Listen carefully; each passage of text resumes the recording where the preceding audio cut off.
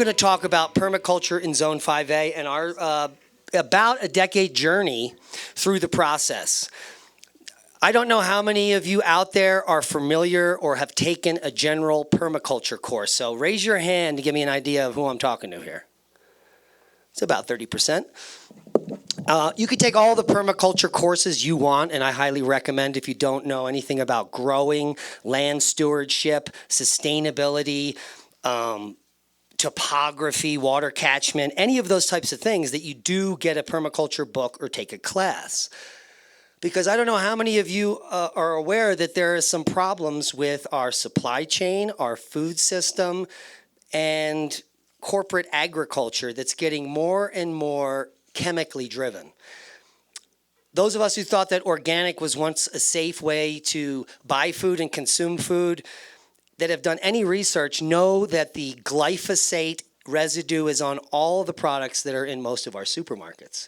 So the only way you can know that you're getting wholesome, nutrient-dense food is to grow it yourself and not use chemicals. So about 5 years ago, we started using Beyond Organic. A lot of people picked that up 5 or 6 years ago, and it's simply deciding not to spray for any reason on your property. And this is good land stewardship. Can everyone agree with that? Now, we do spray one thing, and I even have a video on it on our channel, and it's a Dr. Bronner's-based insecticide. The reason this is not a chemical is because the constituent materials, when you dilute 1 tablespoon of Dr. Bronner's in a quart of water, if you're using the peppermint, you're actually creating a foliar spray that is beneficial to plants, because some of the pinene and other materials that are in the Dr. Bronner's are beneficial and can be taken in by the plants at the same time killing the pest on the surface. So it is an awesome product. And then when you wash your produce, it's like a little soap and it cleans it up. So it's like a win-win. So let's talk about permaculture. You can take the class and you can read the books, but everywhere on Earth is different. It's different in one part of Crestone compared to down here in Moffett. The changes when you move laterally, just a few miles on Earth, no matter where you live, are so drastic that buying a book and taking a course is going to give you the background you need, but none of the expertise or skills for where you actually want to grow your own food. And a lot of people don't understand that aspect of permaculture. Permaculture is a way of living in harmony with everything, and in order to do that, you can't just buy a piece of land, get there, and say, I'm living in harmony with this land now. Because that's, you got to be there. You have to breathe there. You have to exist there. You've got to ground there. You got to walk there. You got to move around and observe. You could start growing food as soon as you have property or you're inclined to do so, but that's called gardening. It's going to take you over a year of observing what happens on your property through the seasons to begin permaculture. The permaculture begins first when you understand how water runs through your system. We have a property that's 10 acres on a slope. So this is pretty awesome for permaculture in the desert because you're going to get massive sheet flow. If you have a property that has any sheet flow, which I'm sure even in the flats here, we all know how the water goes straight. You begin your process while you have a garden, designing your property to catch all of the water. That's the first thing. And simply by creating swales on contour, and that might be, does anyone not know what that means? So a contour map, I'm a geologist, simply measures the same elevation on a particular grid. So you're walking, let's say specifically somewhere at 7,000 feet above sea level along a line. That's on contour. You build the swales on that contour with a curved shape. So as the water is flowing downhill, it ponds up in that swale. A swale is just a berm, can be 3, 5, 7 feet high. Now what we did on our property, because we looked into all types of permaculture, is we decided to maximize everything in the desert here. It rains a lot for the desert, but it immediately evaporates and the water's gone. It rarely lasts. So how do we save water? You can save it in a pond here, but it's going to evaporate and the pond's going to get hot. then you're going to get algae and bacteria, and it's probably going to be pretty bad water. So if you can store the water in the ground, that's what you should be doing. And if you build swales big enough, and if you look into the practice of hugelkultur, you can dig a trough first, fill it with rotting material, woods, and other plant-based materials up to 3 to 4 feet high. You can also add things that are on your property like gravels and sands, because what you want to do is be using all the natural resources you have.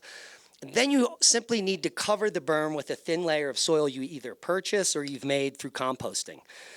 If you have no money, you can be creating soils by something called sheet layering, where you layer different types of things you can collect from the forest, food scraps. You need greens and browns, right? So dried leaves would be browns, twigs would be browns. Anything green would be fresh, and like grass clippings or anything green, like even green leaves, which would be high in nitrogen. You need a perfect blend of this to start breaking down in the mound, the hugel mound. Then the wood starts rotting. So the process of making this mound, the mound isn't going to really be biodynamic or working for years in the desert. If you lived in a different place like Zone 8 on the East Coast, it takes a lot less time. But here, it took 5 years for our mounds to become filled with mycorrhiza. 5 years. And we get more rain in Pagosa than you guys get here. So just think about this as a long-term process. But in 8 years, what we've developed is a permaculture orchard that is self-seeding certain things that make it maximally abundant. Like if that's where you want to be, that's permaculture. Maximum abundance through minimal work. That sounds good, right? Now, it takes a lot of work for years to get to that place. And once you start being successful at permaculture and capturing water and things self-seeding and having abundance growing on your own, you're not going to want to stop. It's kind of addictive because then you can share this abundance with your neighbors and your friends. And what happens when you continuously give things to people with nothing in return is that you are blessed with abundance in return. I can't explain it. It's just through experience. That's the way it works.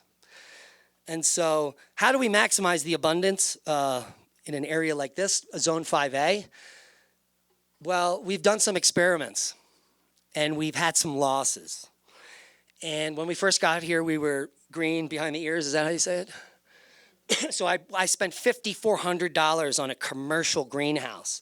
It's 42 feet long, 29 feet wide. And I was able to secure it, and we were at high elevation, and I was able to move that snow until the year we got 29 feet. And I wasn't able to even get to the greenhouse at some point, and then the sidewalls crushed in and the whole thing collapsed. So, lesson learned. You can only use hoop houses and greenhouses temporarily in low elevation successfully, and you need to remove the coverings to have it for long term. So that is a lot of work. Everyone agrees, right? You need a crew to do that. So what we decided is to use a more traditional technique, incorporating all of the earthship technologies, all of the Asian farming techniques that go back thousands of years, and you just make passive solar greenhouses. So you use the earthship design to orient it correctly. You want to basically be pointing directly south or a little bit west of south so that you maximize the heat coming in at the end of the day and you maximize the heat coming in at the beginning of the day. You also want to have two sidewalls so that the light can come in on sunrise and sunset.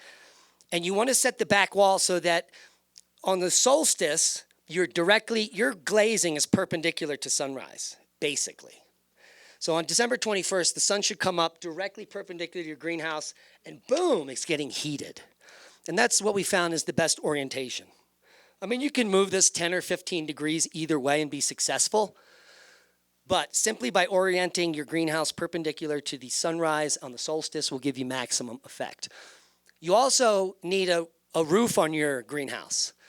And the reason is in the summer here, the sun is right overhead, and if you have a clear roof on your greenhouse, it's going to get 180 degrees in a moment. If you have an insulated roof, in the summer when the sun gets high enough, it's going to create a huge shade area in your greenhouse, which actually is going to add as a cooling technique. So the design of your passive greenhouse is important, and you can build a structure that grows as much food as a $100,000 grow dome for less than $4,000 buying standard materials. If you repurpose materials, you can get the price down to almost nothing, but it depends on where you can get junk. There is a glazing that I can recommend if you're looking for rigid greenhouses. It's called Solex, S-O-L-E-X-X. It comes in a 3.5 and a 5 mil, but it is one of the longest lasting types of polycarbonate that you can put on a greenhouse. It's been tested for 2 decades now, does not need to be replaced, it does not become brittle. It removes all shadows in your greenhouse and it diffuses light perfectly. So instead of the polycarbonate that they're using on the grow domes here, which has a limited life, breaks down, toxifies the soil, you should be looking in a longer term textile to cover your greenhouse with. And so I can recommend Solex. The company is in the United States. I think it's close to here, West Coast. They can sell it in rolls and sheets, and you can just get it sent on UPS. So it's pretty easy stuff to get your hands on, but you need cash. So, and rigid greenhouses, obviously we have wind, hail. I set up a small hoop house one day and left. It was a mile away when I got back. Leah was like, oh my God, it just went up. It was like a kite, and it kept going up. So you might want to stay away from hoop houses. I'm sure if anyone was here yesterday, you know what would happen with the greenhouse. So we've talked about like some general permaculture, the way to get started with swales and catching water. In order to be successful, and this is a long learning process, is to understand the need for living soils. If we could have the perfect blend of bacteria and mycorrhiza fungi in the right ratios, it doesn't matter what you plant, you'll be successful all the time. Because the perfect balance in the soil is going to prevent wilting from your plants or anything that would encourage pests to come in. So if you are growing the healthiest plants, they typically don't get attacked by bugs. Another thing you want to learn about, so living soil is key. The way you can supercharge your soil, obviously you can buy mycorrhizal inoculants and other things that are very expensive, but you don't need to spend money. There is a process of composting called the Johnson-Su bioreactor. And this is about a 16-month process to create this compost, but you don't have to turn it. So it's kind of like you create the system, you create the blend, you put in the tubes. After a few months, you remove the tubes, and the system is working, covered. You just keep it wet. In about a year and a half, based on what you put in. So you need to be putting in local manures. You need to be putting in local food scraps. You need to be putting in local leaves and twigs, because it's going to pick up all of the bacteria and mycorrhiza from your region that you want to supercharge your permaculture orchard with. And the end product of this is the most complete compost that has ever been achieved. This happened about 8 or 10 years ago in New Mexico. The first beam was created, which was the trademark saleable version of the compost. And all you need is 1 pound of this beam, which is all of the bacteria, all of the fungi you need. And it's not like any other compost you've ever used, because you want the bacteria and fungi. All you have to do is rinse it in water, and the bacteria and fungi come out in the water. Then you just spray anything you want to be awesome. So you're not like adding massive amounts of compost. Everyone knows how to do that, right? What's what called? The Johnson-Su bioreactor makes the compost that is completely biologically complete. Bacteria, the beneficial bacteria you need, the beneficial mycorrhiza you need in the right ratio. And it's ridiculous. They tested some of this, and it has almost 98% of all of the bacteria that are known, and almost that amount of mycorrhiza. So this type of super inoculant can really help you along the way. So were you saying you need about a pound of it, and then the finished product? And then you dilute it and you spray it onto the plant's foliar spray? Onto the soil right before it rains, so you can drive it in. Simon, repeat the question so we can catch it for the recording? They want to know how you use the compost that's created from the Johnson-Su reactor. And it's not like normal compost where you just throw it in the bed. You rinse this in water, so you rinse off the bacteria and the mycorrhiza, and then you use the water to spray it on. 1 pound of the compost will treat almost 2 acres. That's insane. Question. Steal this real quick. Also, I want to plug real quick that the fungi compost is a vendor here today, and he makes Johnson-Su compost. So, and he's probably got 1 pound bags for sale. Just gonna plug that since we're talking about it. Thank you, Diamond. So say you've purchased the bean, and you've inoculated your compost. No, you don't do that. In the process that you're talking about, the Johnson-Su. Okay, yeah. Okay. So after a year and a half, you've got your compost. Then you can use that for your next, or do you have to continually buy? No, the beams, this is amazing. Beam can be stored indefinitely, and the bacteria and the fungi never go bad.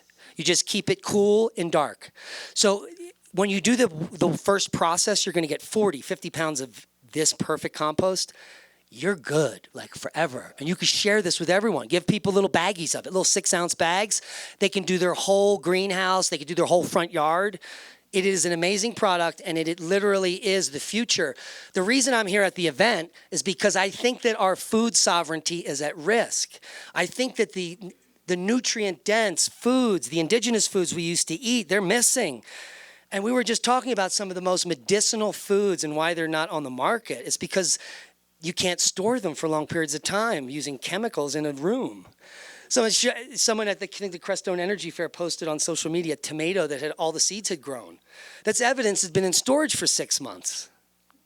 And so this is the food we're buying in the store. It's old and decrepit and with a little spray paint on it.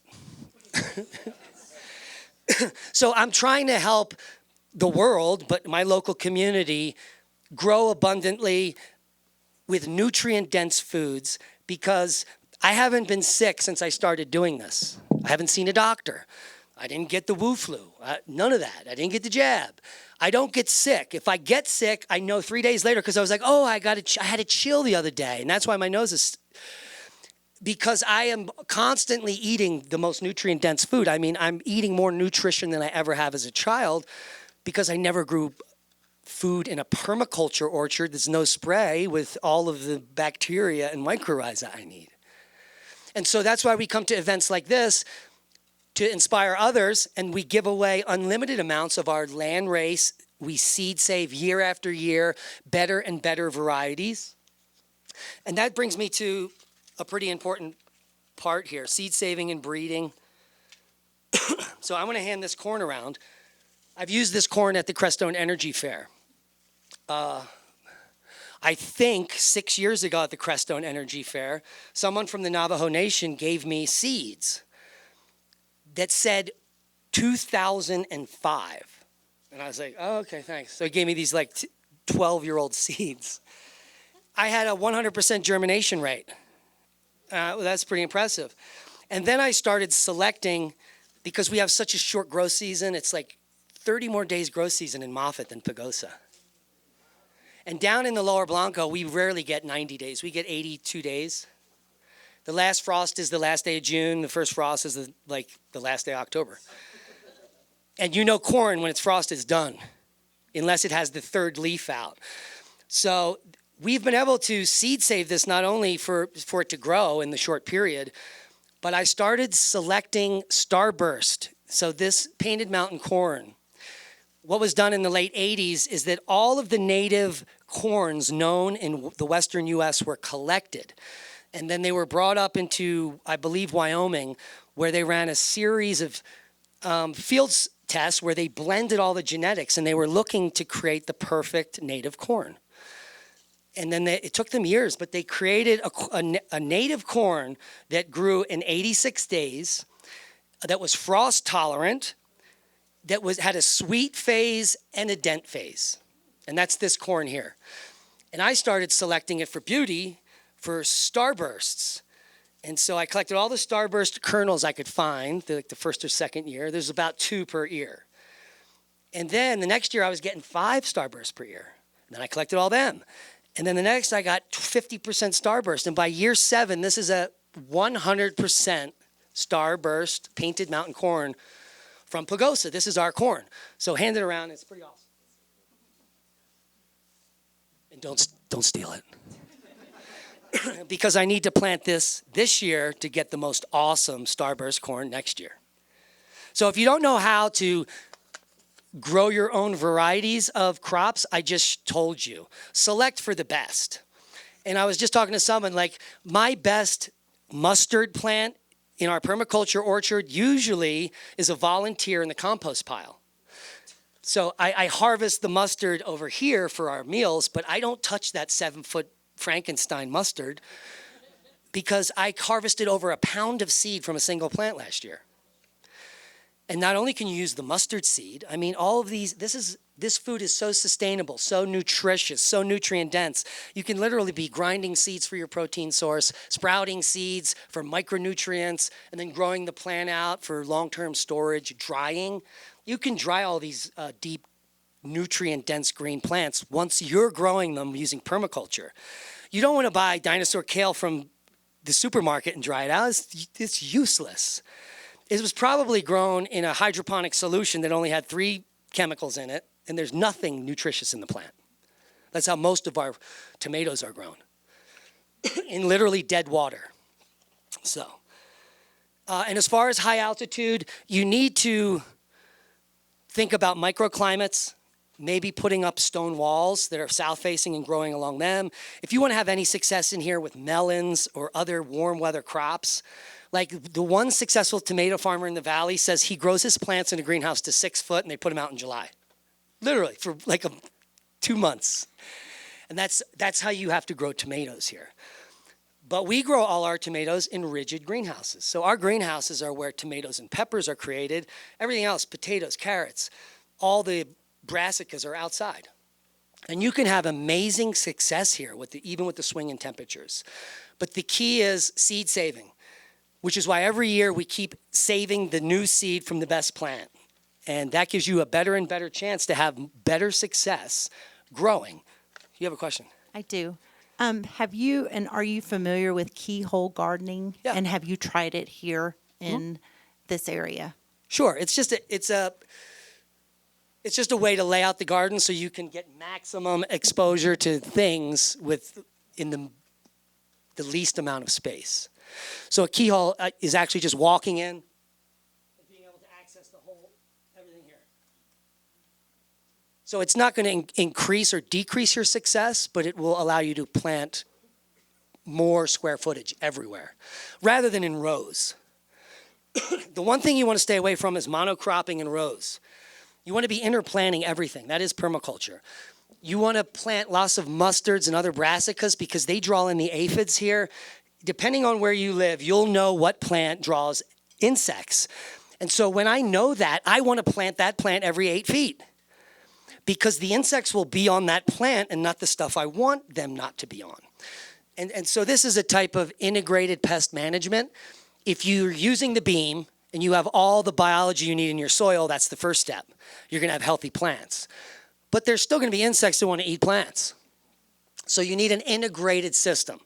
And by using crops that you know get attacked by like aphids, you can plant them throughout your garden to keep the rest of the plants safe. Has anyone used that technique? Yeah, and it works. So this is the way you end up having success without spraying any chemicals. Another thing you can add to your permaculture is a biodynamic design.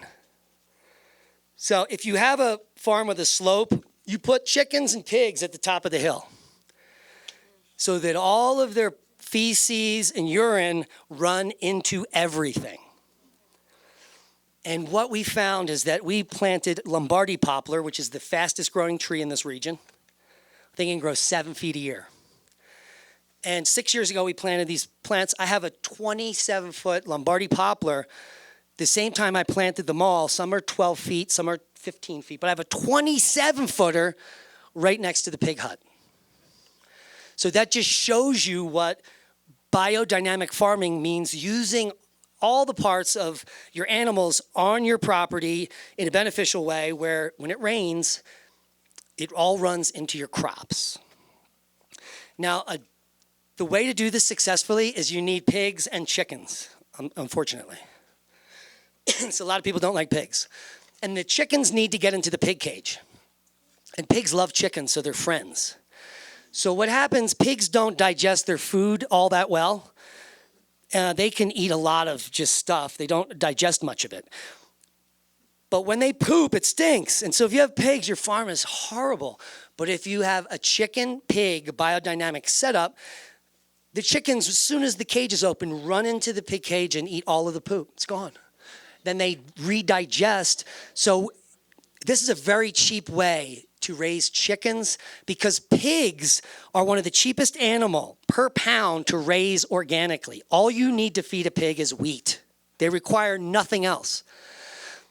So organic wheat is easy to buy organically, or even no spray. You can get it right in Moffett or somewhere. Don't they have the seed place? What is it called? Rio Grande Seed. And does everyone know Rio Grande Seed and Feed? Nobody? Yeah, Seed and Grade. It's in Center or somewhere right near. They sell bulk unsprayed wheat. They have sprayed wheat. They have glyphosate wheat. They have wheat with sticks, but you can get unsprayed wheat, and it's cheap. It's 50, maybe $11 for a 50. And when you sprout this wheat and feed it to your pig, you get 250 pounds per 50 for $10. So for like under $100, you can finish pigs in 6 months and never need to feed your chickens because they're eating the poop. Crazy. And so by learning these techniques, you can totally maximize your output, have organic poop eggs, right?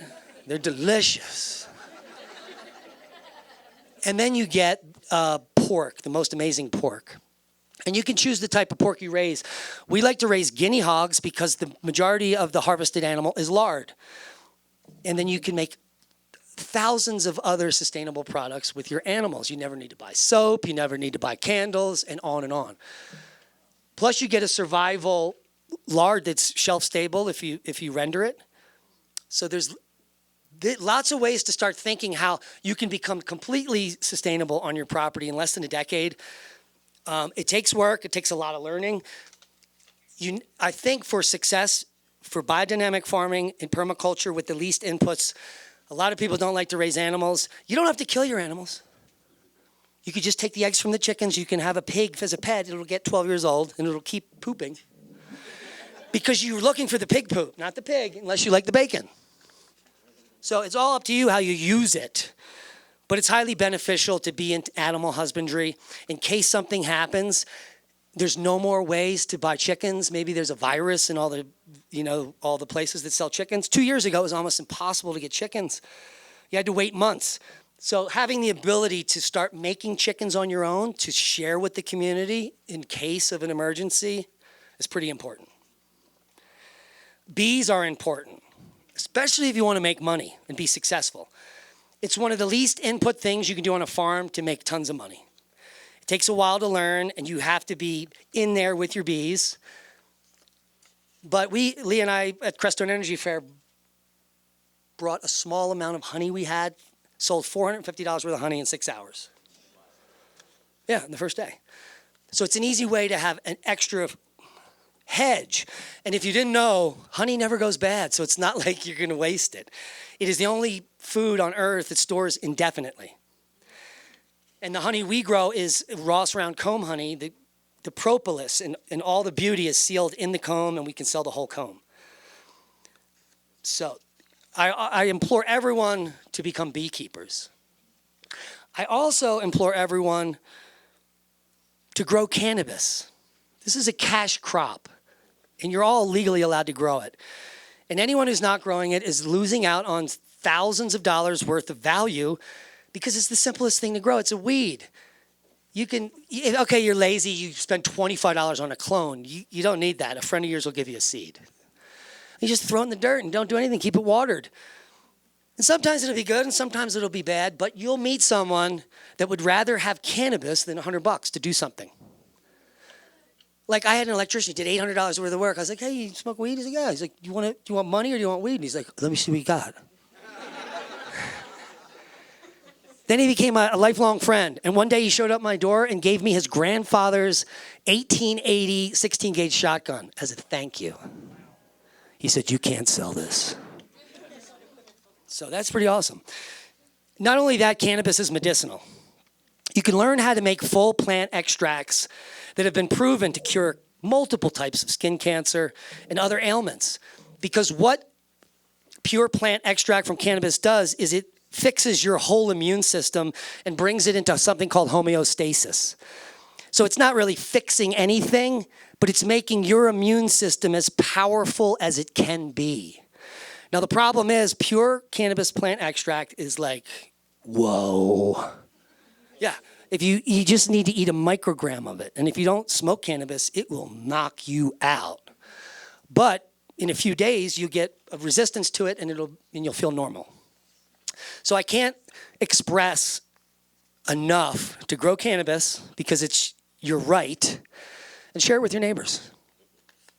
And so we make Rick Simpson oil. We've been making that for people that have cancer for free, which is one of the reasons why we grow cannabis and give it away, so that we can help others. Plus, people just like to smoke pot.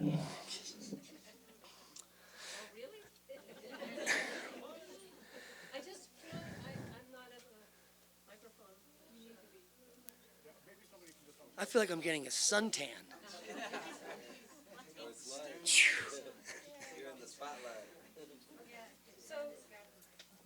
It's awesome to be here. Thank you so much. I want to point out that we're finding out that microwave technology is harming the bees big time. It's the elephant in the room. So it's harming the bees, the children, the trees. The whales are beaching themselves from sonar. If we could just be aware and use this harmful technology mindfully, and when necessary, it'll help the bees and all life on Earth. Anything that's harmful to one cell in a body, in any living thing, is actually harmful to life. So I just want to encourage you, if you can have a landline and Ethernet, that would be great, or a cable, but yeah, so let's protect the bees together. Yeah, now that's a good point. But luckily, our property where our permaculture farm is in the Blanco Valley, 5 miles down from 160, which is a dead zone. It's so deep in a hole, there's no cell. There's no signal. There's no way to get out at all. Thank you. And we do have a landline. And more people are more susceptible to EMF if their immune system is weakened. So, I mean, I could probably go hug a microwave tower and be all right, but someone that's sick may not do so well. So putting yourself as far away from EMF as possible, like if you have a router in your house, put it as far away as you can. What may be one of the reasons why Leah couldn't sleep last night, because there's Wi-Fi. Yeah, and there definitely is a correlation between the harmful microwaves and bee colony collapse. And and unplug it, turn it off, especially at night, or if you're leaving home for a while. Or please come Did everyone get to see this? talk into the mic if you have a question or a comment.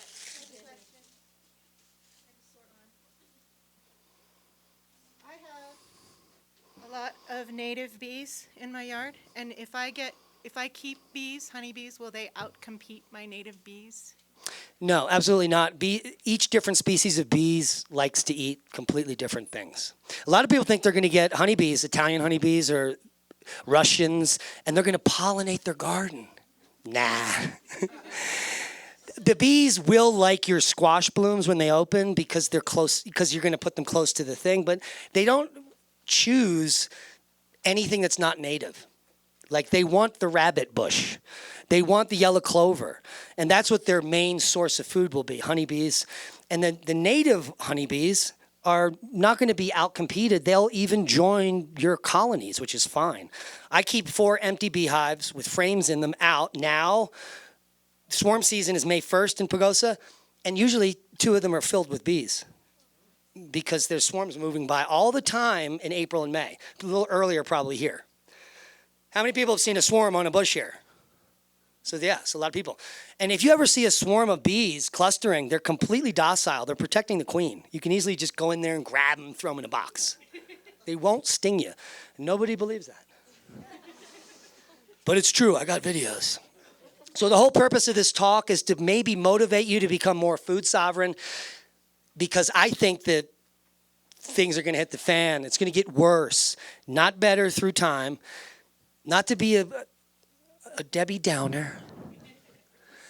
But what I'm talking about is how you can grow more abundantly, live more vibrantly because of the nutrients you're taking in, and be more self-sufficient. This is peace of mind. It's like, this is a no-brainer. It's not something I should be selling you, but I think I'm coming up here to remind you that this is something that we all need to be doing and helping others do, which is why it's so empowering to spend thousands of hours working in my orchard collecting seeds to then give them away.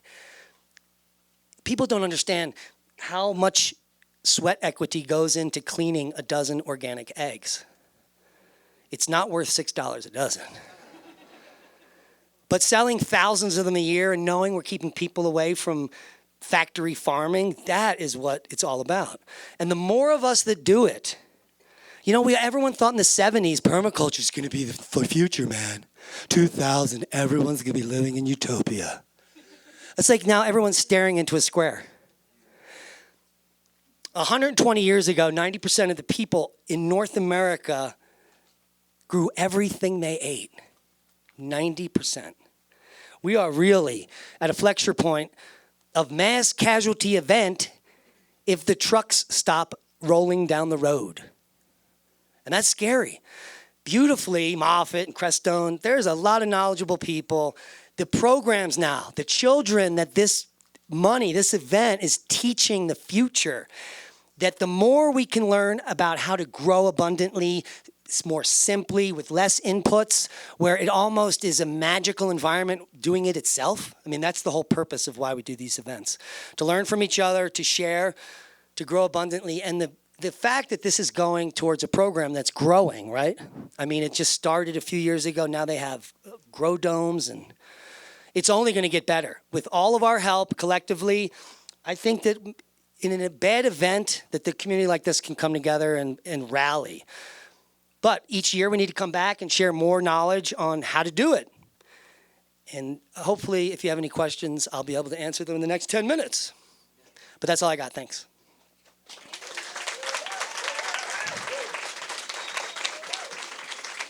Oh, yeah. The good news is that we have a booth with thousands of land-raised seeds. How many people in here already have seeds from us? See? It's popular. And these are all seeds you can grow here and be successful with. There's also free cannabis. Yeah, I don't really like to promote that. We do have a YouTube channel. If you're into that stuff, you can come to our booth and we'll talk to you more about it. But I'd like to answer some questions from the audience, if you got any. On how to fail. Remember, you're going to fail all the time. So you mentioned earlier that your permaculture food is more nutrient dense than conventional agriculture. How do you quantify that? Like, do you run tests on your food? Or? I forgot a squash. I did it last year. So there's something called the bricks you can easily measure in your produce. Does everyone know bricks? B-R-I-X? No. It's the amount of sugar content in your food. So when you grow a crop in a depleted field that's been sprayed and tilled under and year after year, the amount of micronutrients on a normal factory farm keeps going down. They're not adding rock dust or anything. All they're doing is putting NPK into the soil, those three components, so that they can get the fruit to grow. So what you get in the plant is almost no nutrition, no nutrients. So any permaculture farm that has all those nutrients present in the soil, we add rock dust every year. We live on the Blanco River. The reason the river is white is from rock flour, from the glaciers that are grinding the rocks above. So in the spring, if we irrigate our fields with white Blanco water, we're getting thousands of dollars worth of free rock dust into our crops. So thinking about your position, where you are, and the resources around are important. But we don't need to test our food because I literally have squash that I harvested in October that are fresh in April that are in my barn. I go buy a squash and put it on the counter from the store and tell me how it looks in 5 months. It literally would be a pile of gel. So by trapping all the correct nutrients, who had the nutrient question? I don't remember. Oh yeah, there he is. Yeah, it's easy when you start keeping food for long periods of time. You know. You know, I still have garlic from last year that hasn't sprouted, our potatoes, and it is how you store them. But if you have a nutrient-dense, high-brix food, which means high sugar, the reason it gets high sugar is because everything available in the soil is there, and that's what we're looking for, right?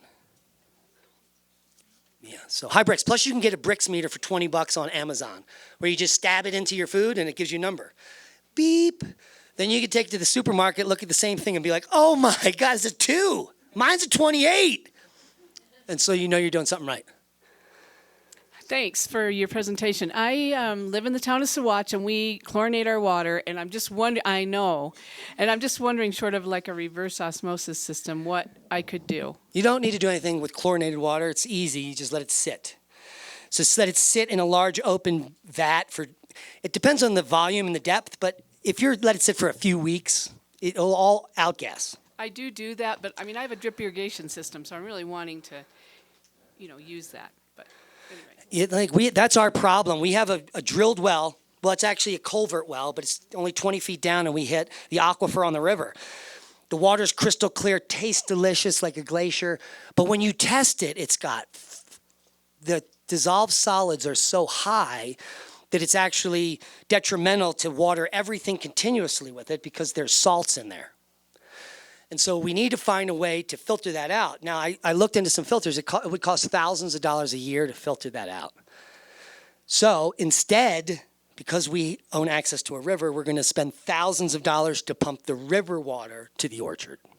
And that eliminates the problem. The river has 1/5 of the total dissolved solids as the groundwater. So if you didn't know that, look into that. It's cheaper than filtering. If you have high TDS or caliche water, it's going to be very expensive to water animals and an orchard.